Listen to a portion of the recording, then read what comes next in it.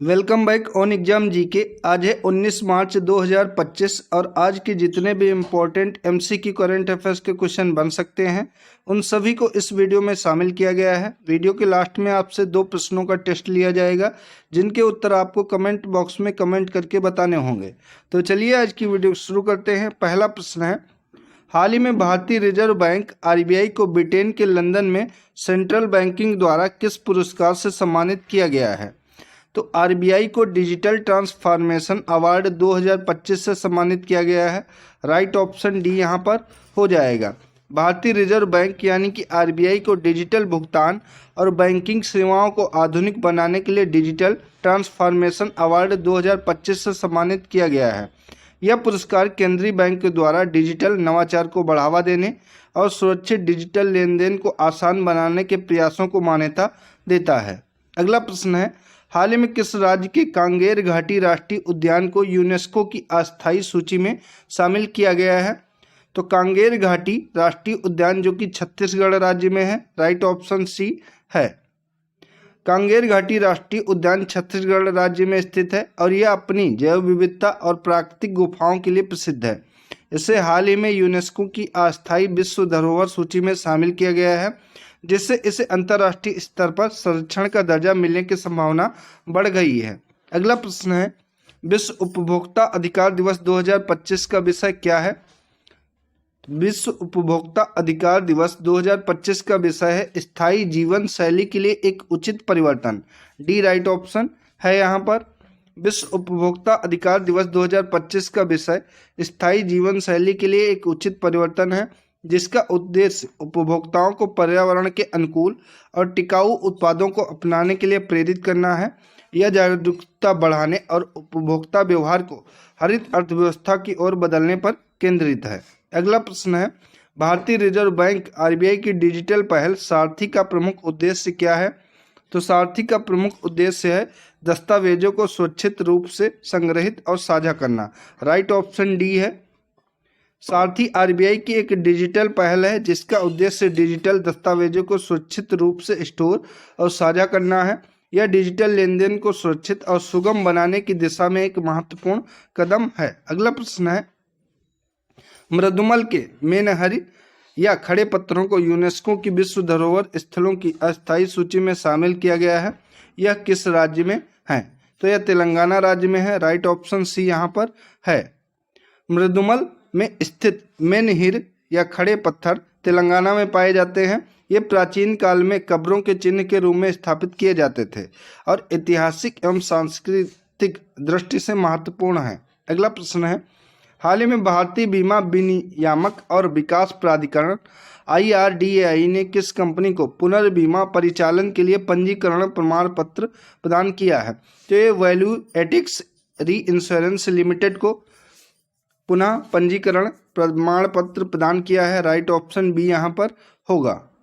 IRDAI ने value ethics री insurance limited को पुनर्बीमा परिचालन के लिए पंजीकरण प्रमाण पत्र प्रदान किया है, जिससे यह भारत में पुनर्बीमा सेवाएं प्रदान करने के लिए अधिकृत हो गई है। अगला प्रश्न है, मार्च 2025 में रक्षा मंत्रालय ने अश्विनी नामक निम्न स्तरीय परिवहन योग्य रडार के लिए किस कंपनी के साथ समझौता किया है?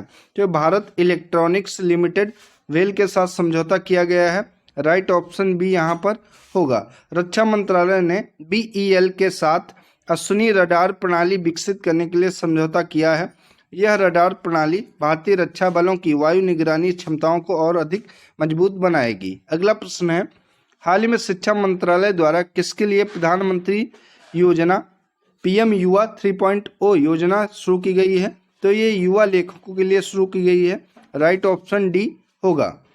PM युवा 3.0 योजना का उद्देश्य युवा लेखकों को प्रशिक्षित करना और उन्हें राष्ट्रीय और अंतर्राष्ट्रीय स्तर पर प्रतिस्पर्धा करने के लिए सक्षम बनाना है। अगला प्रश्न है, हाल ही में मिली जानकारी के अनुसार इसरो ने जनवरी 2015 से दिसंबर 2024 के दौरान विदेशी उपग्रहों का प्रक्षेपण करके कितना विदेशी मुद्रा राजस्व अर्जित किया है?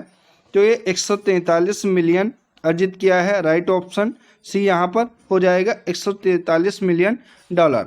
इसरो ने विदेशी उपग्रहों के सफल प्रक्षेपण के माध्यम से $143 मिलियन की विदेशी मुद्रा अर्जित की है। यह भारत के अंतरिक्ष उद्योग की वैश्विक सफलता को दर्शाता है। अगला प्रश्न है, किस राज्य सरकार ने मन मित्र नाम से देश में पहली बार व्हाट्सएप गवर्नेंस की शुरुआत की है? तो यह शुरुआत आंध्र प्रदेश राज्य के द्वारा की गई है। राइट ऑप्शन ए होगा। आंध्र प्रदेश सरकार ने मन मित्र पहल की शुरुआत की है, जिससे नागरिक सरकारी सेवाओं तक आसानी से पहुंच सकें और सरकारी योजनाओं की जानकारी को प्राप्त कर सकें। अगला प्रश्न है, केंद्र सरकार ने 14 मार्च 2025 को किस राज्य सरकार के साथ मिलकर महत्वपूर्ण खनिजों के लिए भारत की पहली अन्वेषण लाइसेंस नीलामी की शुरुआत की है? तो यह शुरुआत गोवा के साथ मिलकर की है। राइट ऑप्शन सी होगा।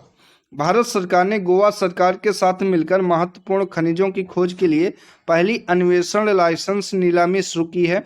इसका उद्देश्य देश में खनिज संसाधनों की खोज और दोहन को बढ़ावा देना है। अगला प्रश्न है, हाल ही में किस प्रौद्योगिकी कंपनी ने अपना सबसे उन्नत compact AI model Gemma 3 launch किया है? तो जेम्मा 3 जो कि गूगल के द्वारा लॉन्च किया गया है। राइट ऑप्शन डी है। गूगल ने जेम्मा 3 नामक अपना सबसे उन्नत कॉम्पैक्ट एआई मॉडल लॉन्च किया है, जो मशीन लर्निंग और आर्टिफिशियल इंटेलिजेंस एआई के क्षेत्र में नई संभावनाएं खोलेगा। अगला प्रश्न है, हाल ही में किस देश ने मोजी नाम का दुनिया का पहला क्वांटम कम्युनिकेशन सैटेलाइट लॉन्च किया है? तो मोजी नाम का दुनिया का पहला क्वांटम कम्युनिकेशन सैटेलाइट जो कि लॉन्च किया गया है चाइना के द्वारा। राइट ऑप्शन बी है यहाँ पर। चीन ने मोजी नामक पहला क्वांटम कम्युनिकेशन सैटेलाइट लॉन्च किया है, जो सुरक्षित और हाई स्पीड डेटा ट्रांसमिशन के क्षेत्र में क्रांतिकारी बदलाव ला सकता है। अगला प्रश्न है, वित्त वर्ष 2024-25 में कितने करोड़ से अधिक लेन देन के साथ डिजिटल भुगतान लेन देन में वृद्धि हुई है? तो ये 18,000 करोड़ वृद्धि हुई है। राइट ऑप्शन सी है। भारत में डिजिटल भुगतान तेजी से बढ़ रहा है और वित्तीय वर्ष 2024-25 में 18,000 करोड़ से अधिक डिजिटल लेन देन दर्ज किए गए हैं, जो डिजिटल अर्थव्यवस्था के विस्तार को दर्शाता है। अगला प्रश्न है, हाल ही में किस भारतीय क्रिकेटर को Laureus world comebacks of the year award के लिए नामांकित किया गया है? तो ये नामांकित किया गया है ऋषभ पंत को। राइट ऑप्शन ए है। ऋषभ पंत को Laureus world comeback of the year award के लिए नामांकित किया गया है। वह 2022 में गंभीर दुर्घटना के बाद क्रिकेट में सफल वापसी करने वाले खिलाड़ियों में शामिल हैं। तो ये आज के एमसीक्यू करंट अफेयर्स के क्वेश्चन हैं। अब 2 प्रश्नों का टेस्ट करते हैं, जिनका उत्तर आपको कमेंट बॉक्स में बताना होगा। पहला प्रश्न है, हाल ही में जारी सिपरी रिपोर्ट के अनुसार 2020 से 2024 की अवधि में दुनिया में प्रमुख हथियारों का सबसे बड़ा आयातक देश कौन सा है? ऑप्शन ए रूस, option B Ukraine, option C Bharat, option D सऊदी अरब। अगला प्रश्न है, हाल ही में भारत और किस देश की नौसेनाओं द्वारा संयुक्त अभ्यास बोंगो सागर 2025 का आयोजन किया गया है? Option A Sri Lanka, option B Nepal, option C Maldives, option D Bangladesh. तो इन 2 प्रश्नों का उत्तर आपको कमेंट बॉक्स में बताना है। साथियों, वीडियो अगर आप सभी को पसंद आई हो तो इसको ज़्यादा से ज़्यादा शेयर करें और चैनल को सब्सक्राइब करके बेल आइकन को जरूर दबा लें, ताकि डेली करंट अफेयर्स की महत्वपूर्ण वीडियो और जीके जीएस की वीडियो आपको मिलती रहें। धन्यवाद साथियों।